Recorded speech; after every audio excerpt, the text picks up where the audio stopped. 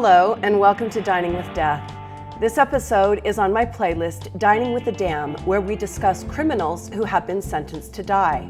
We talk about their life and crimes, how they ended up on death row, and then I show you and taste their last meal before execution. I'm Stacey Lee. Let's begin. I find female executions particularly fascinating. We treat women who commit crimes differently than we treat men. Women commit far less violent crime than men do, but what I find interesting is that women who do commit violent crime are often much more vicious and extreme than most men. And I think that's because those women often hurt and kill people we expect them to protect, to love, and to nurture.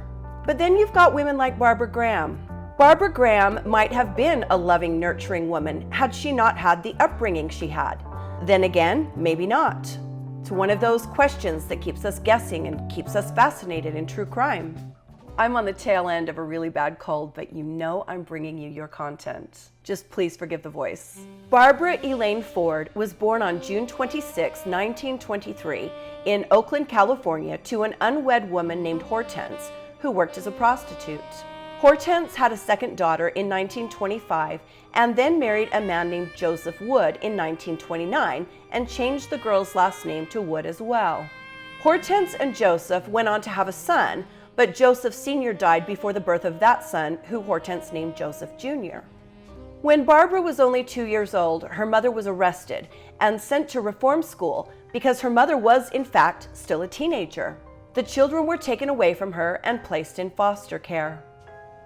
Oof, I don't know how I feel about that. We see this a lot in older cases, and I don't know the circumstances. Maybe the kids were better off without her, but usually just because someone's young, you shouldn't take the kids away. I was a really young mom, and I certainly wouldn't have wanted anyone to take my baby away because of that. Barbara Graham would later claim that while in foster care, she was beaten and abused, and that it made her very angry and distrusting of other people. When Hortense was released from this reform school, she didn't want Barbara anymore. She wouldn't take her back in, and Barbara was then raised by extended family and even strangers at certain points in time when the extended family needed help. Isn't it fascinating? Here again, in a lesser known case, a criminal that's not, John Wayne Gacy, that's not Ted Bundy, the mother abandoned her.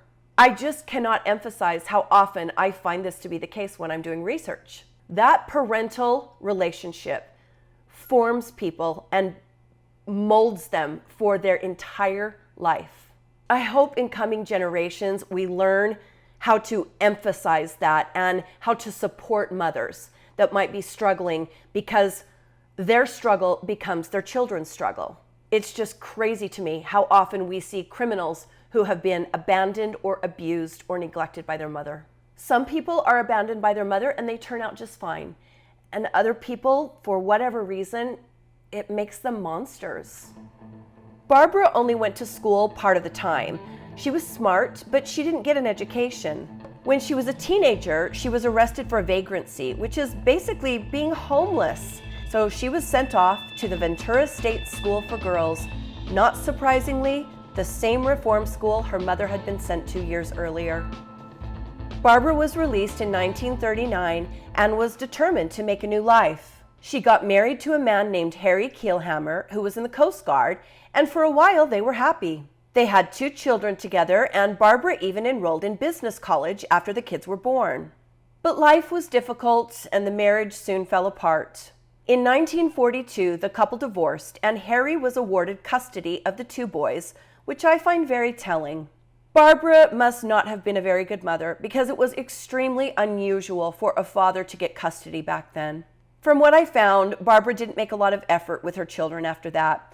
She went from man to man and even got married twice more, and soon found herself continuing the cycle her mother started for her, landing in the rough life of sex work. Barbara was what was called a seagull, a prostitute that flocked around naval bases to service the soldiers there. She was arrested several times for plying her trade, but she was always quickly back on the streets, and she was quite successful. She was striking, and she was tough. She had red hair and a quick wit, and she had no trouble earning money. Babs made her way to San Francisco, where she worked in a brothel for a very famous madam named Shelley Stanford, and there she learned about the world of gambling and illegal drugs. This is where things really started to go badly for Barbara. She got involved with a gang of petty criminals, and when they were caught and arrested, Barbara perjured herself on the stand to try to keep some of them out of jail. Well, she was caught lying and did 5 years at the California Women's State Prison for lying, for perjury. When she got out of prison, she moved to Reno, Nevada, and then to Tonopah, Nevada. Oh, Tonopah. If you haven't seen my episode on Tonopah, I think you'll enjoy it. It's where that really famous, creepy clown motel is, out in the middle of nowhere. I think it's on my playlist, Deadly Destinations. I don't think that one's a haunted episode. Anyway, check it out if you're interested in the clown motel that's out there, or in spooky things in general, ghost towns. It's an old silver mining town. It's really great. Babs didn't last long in the tiny town of Tonopah and was soon back in the excitement of LA, working on Hollywood Boulevard.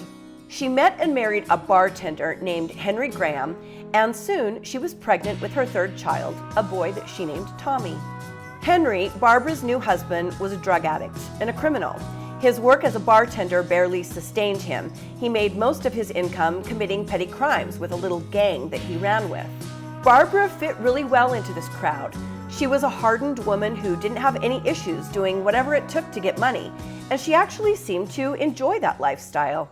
People recall her as tough and a little scary at times.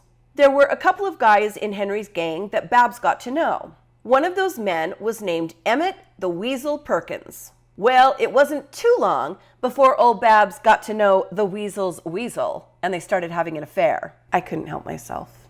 The Weasel had a plan, and he told Bloody Babs all about it. He knew of a widow in her mid-60s named Mabel Monohan. Local rumor was that Mabel was loaded and that she kept large amounts of cash and jewelry in her home near Burbank, California. Mabel had been somewhat famous in her younger days, working as a very popular vaudeville performer. She also had a rich son-in-law who was involved in the gambling world of Palm Springs and Las Vegas, and he was rumored to be in the mafia. Mabel's daughter Iris divorced this mobster, and part of the divorce settlement included the house in Burbank where Mabel lived with her daughter Iris. Well, Iris moved away, and even though the couple was divorced, it seems that this mafia man remained very close to his ex-mother-in-law and trusted her with his business dealings. Many people believed that he used Mabel's home to stash cash and guns and jewelry because no one would suspect a little old widow was helping her former son-in-law with these types of nefarious crimes. The Weasel decided that he was going to rob Mabel, and he wanted Babs to come along. On March 8, 1953, Bloody Babs, the Weasel, and 3 other men had dinner to discuss the robbery. Initially, during this discussion, some of the men didn't want Babs involved because she was a woman, but the Weasel convinced them that Babs was essential to the plan. He told them that Mabel Monohan was a tough old lady herself, and she was never going to open the front door to a man, but she would for Barbara.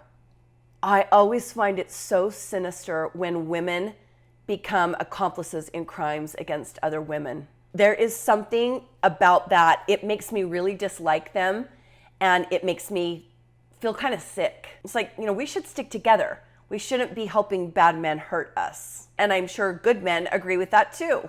On March 9th, 1953, Barbara Graham walked to the front door of Mabel Monohan's home and knocked. Mabel opened the door, and Barbara asked to use her phone. As soon as the door was open a bit, the Weasel and 2 of his accomplices appeared and burst into the home. A few moments later, the 4th accomplice, Baxter Shorter, entered the home. The gang bound and gagged Mabel, and Baxter later testified that she had been roughed up and was bleeding from the mouth as well. As Mabel sat tied up, the gang tore through her home, looking for this supposed safe full of money, jewelry, anything they could get. They found absolutely nothing. They went through drawers, cupboards, under beds, even into the crawl space. No cash, no jewels, nothing. The gang, now angry and frustrated, were stuck with what to do with Mabel. Barbara handed one of the men a gun and said, "Knock her out." Another man said, "No, she's a little old lady. Let's just leave." The 2 men got into a physical fight over whether or not they were going to shoot Mabel. Barbara then took the gun away and viciously beat Mabel with it. The group then ran from the house, empty-handed, leaving poor Mabel on the floor, tied up and gagged. Her body was found 2 days later by her gardener. Only at trial, after this senseless murder, would the crooks learn that there was $15,000 in cash and jewelry, that's $156,000 in today's money, sitting in a purse in Mabel's closet. About 2 weeks later, police located some petty criminals who claimed to know about this home invasion. When they rounded the men up, one of them, the safecracker who was there, Baxter Shorter, started talking. Baxter didn't want to get the gas chamber, and he quickly started trying to minimize his role in the crime. He told police that he saw the other men beating Mabel and that he didn't take part in that. He even said that after it was all over, he went to a payphone and anonymously called the cops to tell them what they had done. Well, word got out that Baxter was talking to the police, and just days after he left the police station, he disappeared and was never found. Obviously, it is assumed that the other men kidnapped and killed him. Then another criminal came forward, a man named William Upshaw, who said he had been in the car on the night of the murder, and he offered to become a witness in exchange for immunity. The gang was rounded up and arrested, and Barbara Graham went on trial. The media quickly dubbed her Bloody Babs, and the story was a national sensation. Babs had no alibi and made things worse when she was caught offering money to a fellow inmate in exchange for providing a fake alibi. This made Bab look even worse to the public, and when the story got out, they hated her even more than they had just after the murder. Bloody Babs took the stand in her own defense, at one point famously saying, "Oh, have you ever been desperate? Do you know what it means not to know what to do?" But the jury didn't buy her act. Barbara Graham was convicted of the murder of Mabel Monohan and was sentenced to death. She underwent the usual appeals process, but on June 2, 1955, she was transferred to San Quentin Prison, where she was offered a last meal, which of course I'm going to show you. The execution was briefly stayed for a few hours, and when Barbara was told of this, she said, "Why do they torture me? I was ready to go at 10 o'clock. At 11:30 a.m., she was led to the gas chamber and strapped in. Babs was blindfolded by request, so she didn't have to look at any of the observers. She was asked if she had any last words, and she said, "Yes, good people are always so sure they're right." One of the officials said to her, "Take a deep breath after the cyanide pellets drop. It'll make it easier." Bloody Babs then replied, "How the hell would you know, you silly rascal?" The gas was released into the chamber, and Barbara Graham was pronounced dead minutes later. She was 31 years old. 3 years after her execution, Susan Hayward played Barbara in the film I Want to Live. The role won her an Oscar for Best Actress.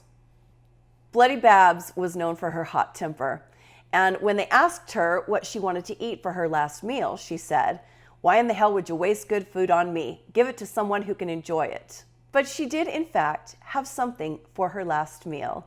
Stay with me because I'm going to show you what it was.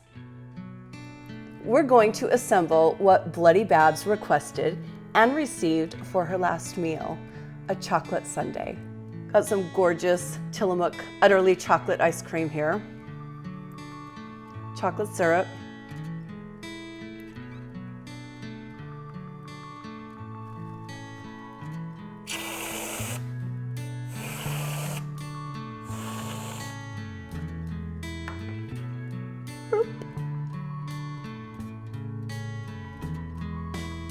and the cherry on top. Whoops! Doesn't sound like Bloody Babs was a very good person, but you know, even bad people like good food. So give it a taste.